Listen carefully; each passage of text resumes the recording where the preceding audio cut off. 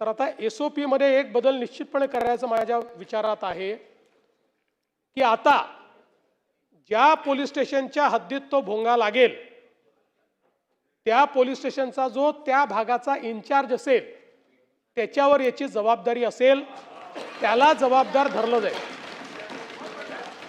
विना परवानगी भोंग्या करतात त्याला जबाबदार धरलं जाईल। त्यामुळे अहवालाची आवश्यकता पडणार नाही। आणि आपण जे सांगितलं की तक्रार करता समजा जर त्या ठिकाणी काय दंड आला, जर काही दंड आला तर त्यातला 50% दंड हा तक्रारकर्त्याला द्यायचा। Suggestion for action. अध्यक्ष महाराज, फक्त माननीय मुख्यमंत्री महोदयांना एक फक्त माहिती देतो आणि ती जर केलं तर अजून उत्तम होईल की उत्तर प्रदेशमध्ये ध्वनी प्रदूषण नियमांची अंमलबजावणी करण्यासाठी एक भरारी पथक केलं आहे। 1 किंवा 2 असे भरारी पथक काही क्षेत्रामध्ये काही करता येईल का हेही तपासावं आणि हेही सजेशन फॉर ऍक्शन नाही, ऍक्शन ओनली ऍक्शन साठी करता येईल का?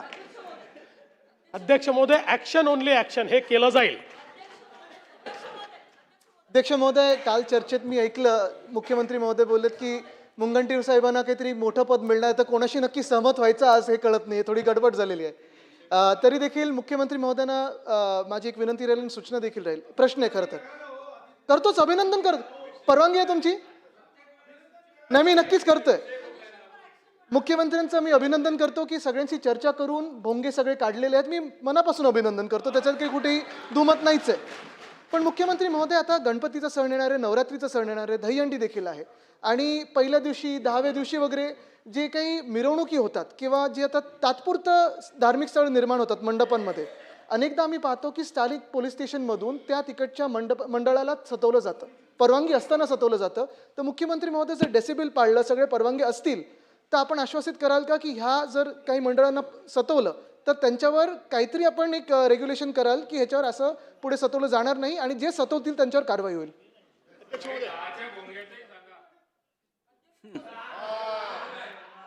काय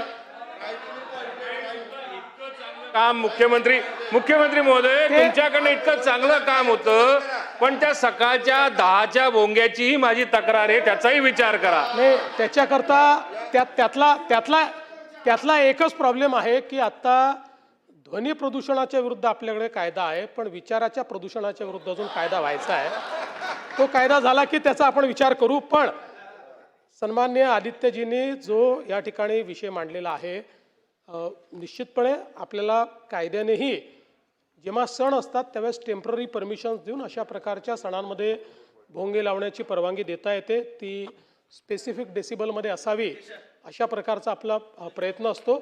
निश्चितपणे त्या संदर्भात कोणालाही त्रास होणार नाही, पोलीस विनाकारण कोणाला त्रास देणार नाहीत, अशा प्रकारच्या सूचना देण्यात येतील। भास्करराव जाधव साहेब बोला। सन्माननीय अध्यक्ष महोदय, हा राज्यामधला अत्यंत सेन्सिटिव्ह असा विषय खूप कौशल्याने हाताळला गेला, त्याबद्दल सर्वांनाच आनंद आहे, कारण आपल्याला कुठेही तणाव, धार्मिक तणाव, समाजामधले तणाव कोणालाच नको आहेत। अध्यक्ष महोदय, माझ्या माहितीप्रमाणे सुप्रीम कोर्टाने जे आदेश दिलेले आहेत ते रात्री 10 वाजेपर्यंतच तुम्ही अशा पद्धतीचे स्पीकर म्हणा, भोंगे म्हणा, हे लावू शकता।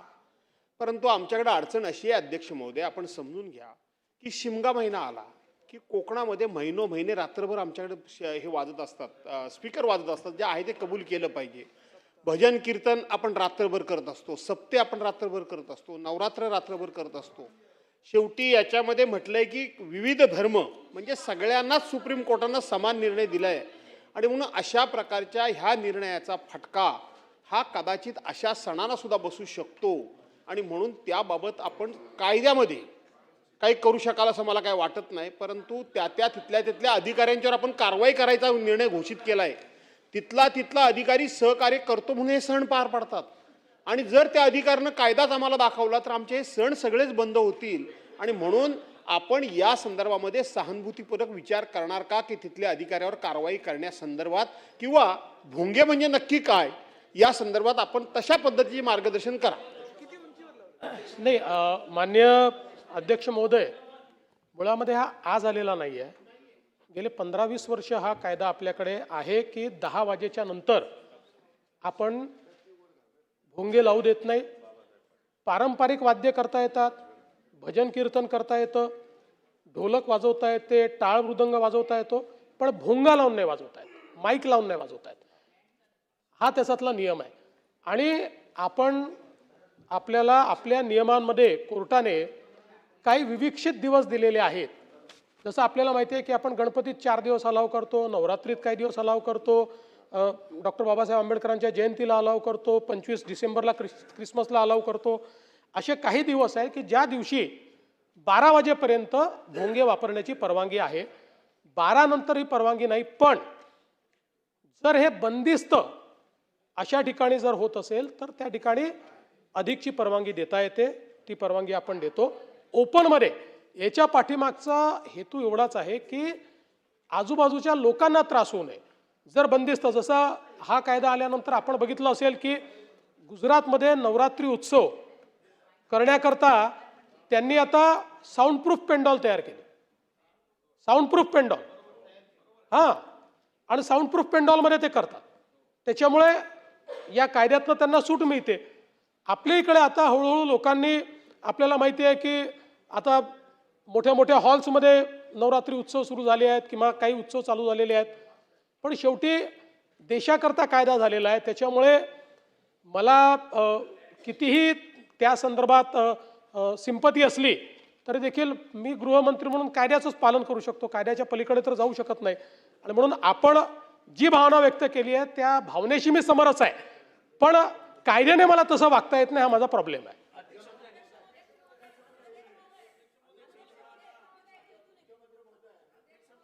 महोदय, मी राज्याचे मुख्यमंत्री आदरणीय देवेंद्र फडणवीस साहेब यांचं मनापासून अभिनंदन करते की मागच्या मार्च महिन्याच्या अधिवेशनामध्ये लक्षवेधीद्वारे मी हा प्रश्न उपस्थित केला होता, मुद्दा, आणि राज्याच्या पोलीस महासंचालकांनी आदरणीय मुख्यमंत्री महोदयांनी हाऊसमध्ये उत्तर दिल्यानंतर त्याचं पत्रक जे आहे 11 एप्रिल 2025 नंतर काढलं आणि मुंबईमधले सर्व भोंगे जे आहेत ते बंद करण्यात आले, एक सोडून.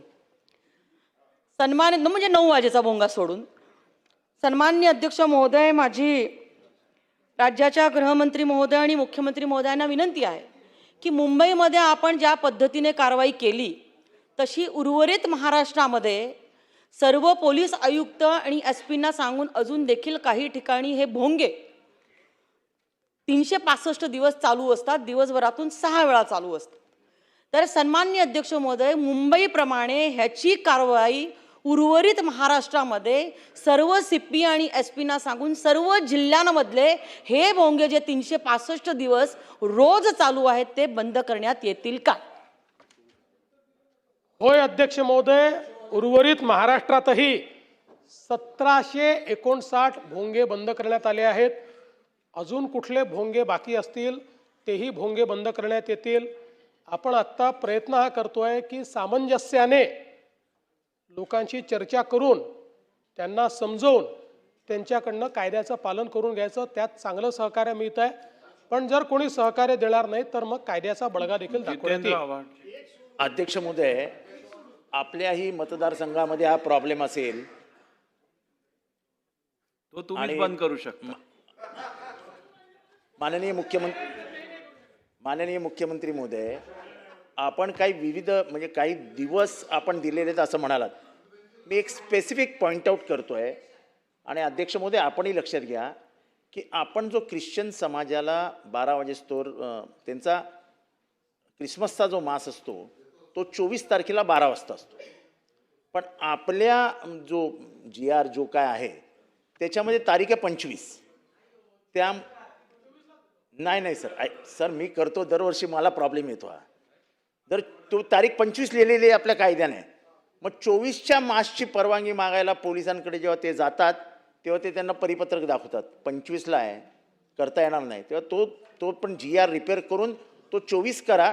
24 त्यांच्या दृष्टीने अतिशय महत्त्वाचा तारीख आहे, 25 त्यांच्या दृष्टीने महत्त्वाची तारीख नाही. कारण का 24ला मिडनाईट मास असतो, 25ला नसते, 24ची रात्र. तेव्हा त्याच्यात रिपेअर करा, तेवढा एक आपण जाहीर करावं. एक मिनटं. एवढ्या ध्वनी प्रदूषणाबद्दल आपण बोलत असताना मी स्पेसिफिक प्रश्न विचारतोय. अध्यक्ष महोदय, मी स्पेसिफिक प्रश्न विचारतोय. आमच्या इथे येऊरचं जंगल आहे. राष्ट्रीय उद्यानात आहे. ठाणे शहरातल्या सगळ्या पार्ट्या येऊरला होतात. राष्ट्रीय उद्यानातला भाग आहे, म्हणजे 24 तास तिथे म्हणजे एकही वाद्य वाजता कामा नये. सगळे नियम कायदे धाब्यावर बसवले जातात. सगळीकडे लाऊडस्पीकर्स चालू असतात. एकेकाळी साहेब 5-5 बिबटे रस्त्यावर दिसायचे, आता मांजरही दिसत नाही. तेव्हा अध्यक्ष महोदय, मुख्यमंत्री एवढे सिरियसली उत्तर दिलं त्यांनी. किती छान, कलियुगातले सगळे प्रश्न त्यांनी सोडून टाकले. आता हा कलियुगातलाच प्रश्न आहे साहेब. तेव्हा आपण ह्या येऊरच्या बाबतीत काहीतरी आदेश द्या. पोलीस स्टेशनाला आम्ही रेग्युलर तक्रारी करतो, काहीही कारवाई होत नाही. ह्याच्यावरती काहीतरी उपाययोजना करा. आणि जसं आपण सांगितलं, प्रत्येक CP एरियामध्ये एक भरारी पथक करा. का उत्तर काय येतं, आमच्याकडे स्टाफ नाही आहे, काय करू. अहो तुम्हाला दिसतंय तिथे लाऊडस्पीकर DJ लावून नाचतायत. 10 वाजून गेलेले आहेत आणि नॅशनल पार्कचा हिस्सा आहे. आपण हे गंभीर्याने दाखवून येऊन काहीतरी उपाययोजना करावी. आणि ख्रिश्चन धर्माविषयी आजचा आदेश आपण देणार का? ठीक. माननीय अध्यक्ष महोदय, ख्रिश्चन धर्मियांच्या सणाच्या संदर्भात जो मुद्दा जितेंद्र आव्हाड साहेबांनी मांडलेला आहे, त्या संदर्भात आत्ता या क्षणी मला निर्णय घेणं शक्य नाही, कारण त्याची वस्तुस्थिती माझ्याकडे नाही. पण जर ख्रिश्चन समाजाचे सगळे धर्मगुरू मिळून या संदर्भात ही मागणी करतील की आम्हाला या दिवशी नाही या दिवशी करायचं आहे, तर ती मागणी आपण मान्य करू. कारण आपल्याला इथे आम्ही घोषणा वेगळी करायची आणि त्यांनी म्हणायचं आमचं नेहमीचं चाललं आणि तुम्ही का बदलता. त्यामुळे त्यांच्याशी चर्चा करूनच, बदलायची आवश्यकता असेल तर त्यांच्याशी चर्चा करूनच हा निर्णय त्या ठिकाणी घेण्यात येईल. येऊरच्या जंगलाचा जो विषय मांडलेला, कुठल्याही नॅशनल पार्कमध्ये त्या ठिकाणी साऊंड पोल्युशन करता येत नाही, वाद्य वाजवता येत नाहीत. त्यामुळे अशा प्रकारची कारवाई होत असेल तर पोलिसांना सक्त निर्देश दिले जातील आणि वनविभागालाही दिले जातील. कारण त्या ठिकाणी वनविभागही असतो, त्यामुळे वनमंत्री देखील या ठिकाणी आहेत. वनमंत्री देखील वनविभागाला सक्त आदेश देतील आणि त्याच्यावर आपण कारवाई करू. आणि मी जे फिरतं पथक म्हटलं आहे किंवा भरारी पथक मगाशी सुधीर भाऊंच्या याच्यावर म्हटलेलं आहे, ते सगळ्या आयुक्तालयांमध्ये आम्ही तयार करू. ठीक.